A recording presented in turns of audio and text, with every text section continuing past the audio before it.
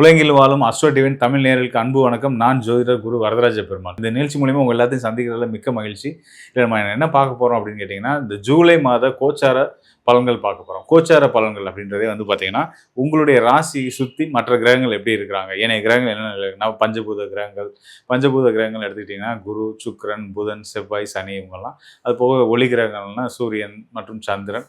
மேலும் வந்து பார்த்தீங்கன்னா நிழல் கிரகங்கள் ராகு, கேது. இதில் ஆண்டு கிரகங்கள், மாத கிரகங்கள்னு பிரிக்கிறோம். ஸோ இப்படி எல்லா கிரகங்களையும் பார்த்து பிரித்து உங்கள் ராசிக்கு ஒவ்வொரு கிரகங்களும் என்னென்ன நிலையிலேருந்து என்னென்ன யோகங்களை கொடுக்க போகிறாங்க, என்னென்ன விஷயத்தில் நீங்கள் கவனமாக இருக்கணும் அப்படின்றத பற்றி டீட்டெயிலாக சொல்ல போகிறோம். நிச்சயமாக இந்த நிகழ்ச்சியை தொடர்ந்து பாருங்கள், உங்களுக்கு கண்டிப்பான முறையில் பயனுள்ளதாக இருக்கும். கும்பராசி அன்பர்களுக்கு இந்த ஜூலை மாதம் உண்மையிலேயே சொல்லப்போனால் ரொம்ப சிறப்பான யோக காலமாக அமைஞ்சிருக்கு அப்படின்றத சொல்லலாம். மாத கிரகங்கள் தாண்டி மாத பலன் வந்திருக்கோம். மாத கிரகங்கள் தாண்டி ஆண்டு கிரகங்களும் தொடர்ச்சியாக நம்ம வந்து ஆண்டு பலன்கள் சொல்லும்போது மற்றும் குரு பயிற்சி, சனி பயிற்சி சொல்லும்போது சொல்லிட்டு தான் இருந்தோம். கும்பராசிக்காரர்களுக்கு இந்த ஆண்டு ரொம்ப சிறப்பாகவே இருக்குது அப்படின்றதுல. ஸோ அதை வந்து மேலும் உறுதிப்படுத்துகிற விதமாக இந்த ஜூலை மாதத்தோட கிரக சூழலும் சரியாகவே அமைஞ்சிருக்கு. எப்படின்றத பார்க்கலாம்னு கேட்டுக்கோங்க. இப்போ வந்து பார்த்திங்கன்னா உங்கள் ராசிக்கு 7ஆம் இடம் அப்படின்னு பார்த்தீங்கன்னா சிம்ம ராசி. கும்பராசிக்கு 7ஆம் இடமாக வரக்கூடியது சிம்ம ராசி. அந்த சிம்ம ராசியில் கேதுவும் அவரோட சுக்கிரனும் இந்த மாத துவக்கத்தில் இணைகிறார். சுக்கிரன் வந்து இணைகிறார் ஜூலை 5ஆம் தேதி கேதுவோட இணைவு பெறாரு.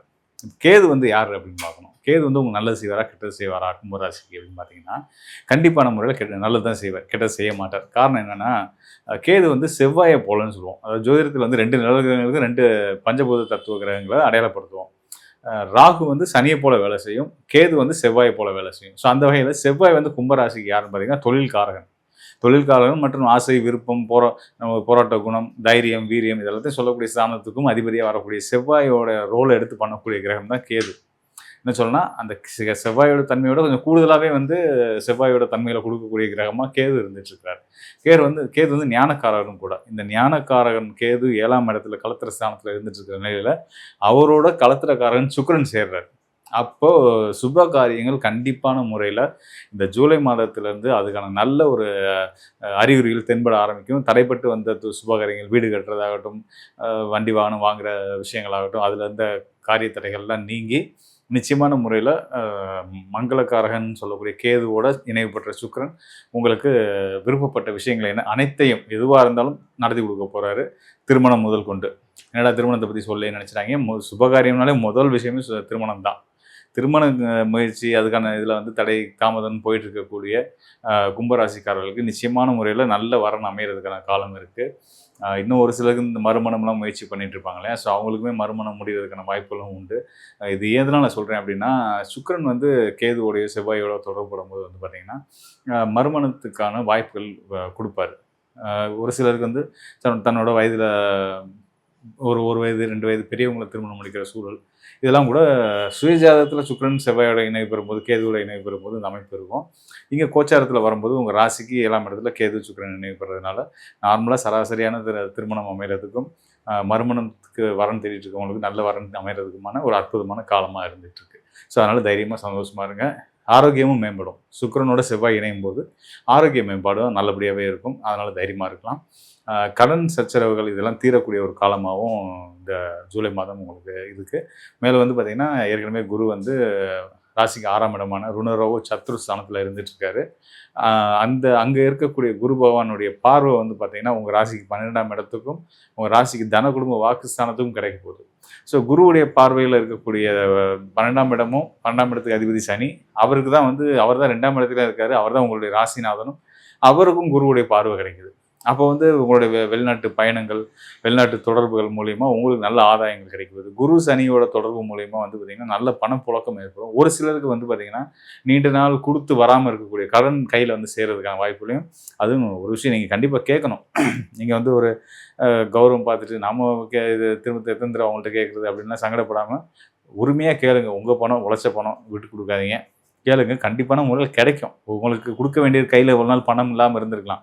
இனிமேல் உங்கள்கிட்ட கொடுக்குறதுக்காகவாச்சும் அவருக்கு வருமானம் வரும்ன்றது அளவுக்கு ஒரு சிறப்பான காலமாக இருக்குது. அதனால் நீங்கள் கேட்குறதுனாலையாச்சும் அவங்களுக்கு கையில் வருமானம் வந்து உங்களுக்கு உங்கள் கடனை அடைக்கிறதுக்கான வாய்ப்புகள் இருக்குது. தயவுசெய்து அதுக்கான முயற்சிகளை எடுங்க.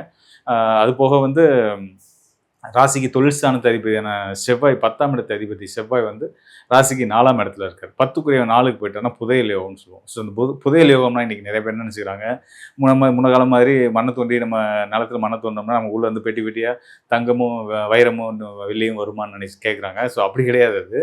தொழிலில் நீங்கள் எதிர்பாராத அதிர்ஷ்டங்கள் கிடைக்கும். உங்களோட பிஸ்னஸில் நீங்கள் வேலை பார்க்குற இடத்துல உங்களுக்கு டக்குன்னு ஒரு பெரிய அதிர்ஷ்டம், ஒரு புதையல் கிடைச்ச மாதிரி, ஜாக்பேட் தான் அப்படின்னு சொல்லுவோம் இல்லையா, அந்த மாதிரி வந்து பெரிய அதிர்ஷ்டங்கள் கிடைக்கிறதுக்கான ஒரு அமைப்பு தான் இந்த 4-10 தொடர்புன்றது.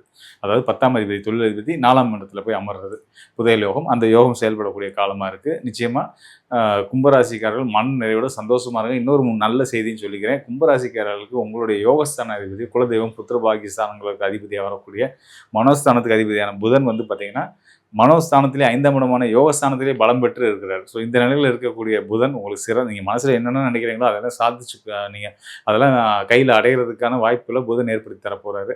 ஸோ தைரியமாக சந்தோஷமாக மகிழ்ச்சியாக இருங்க. இந்த காலம் உங்களுக்கான காலம்.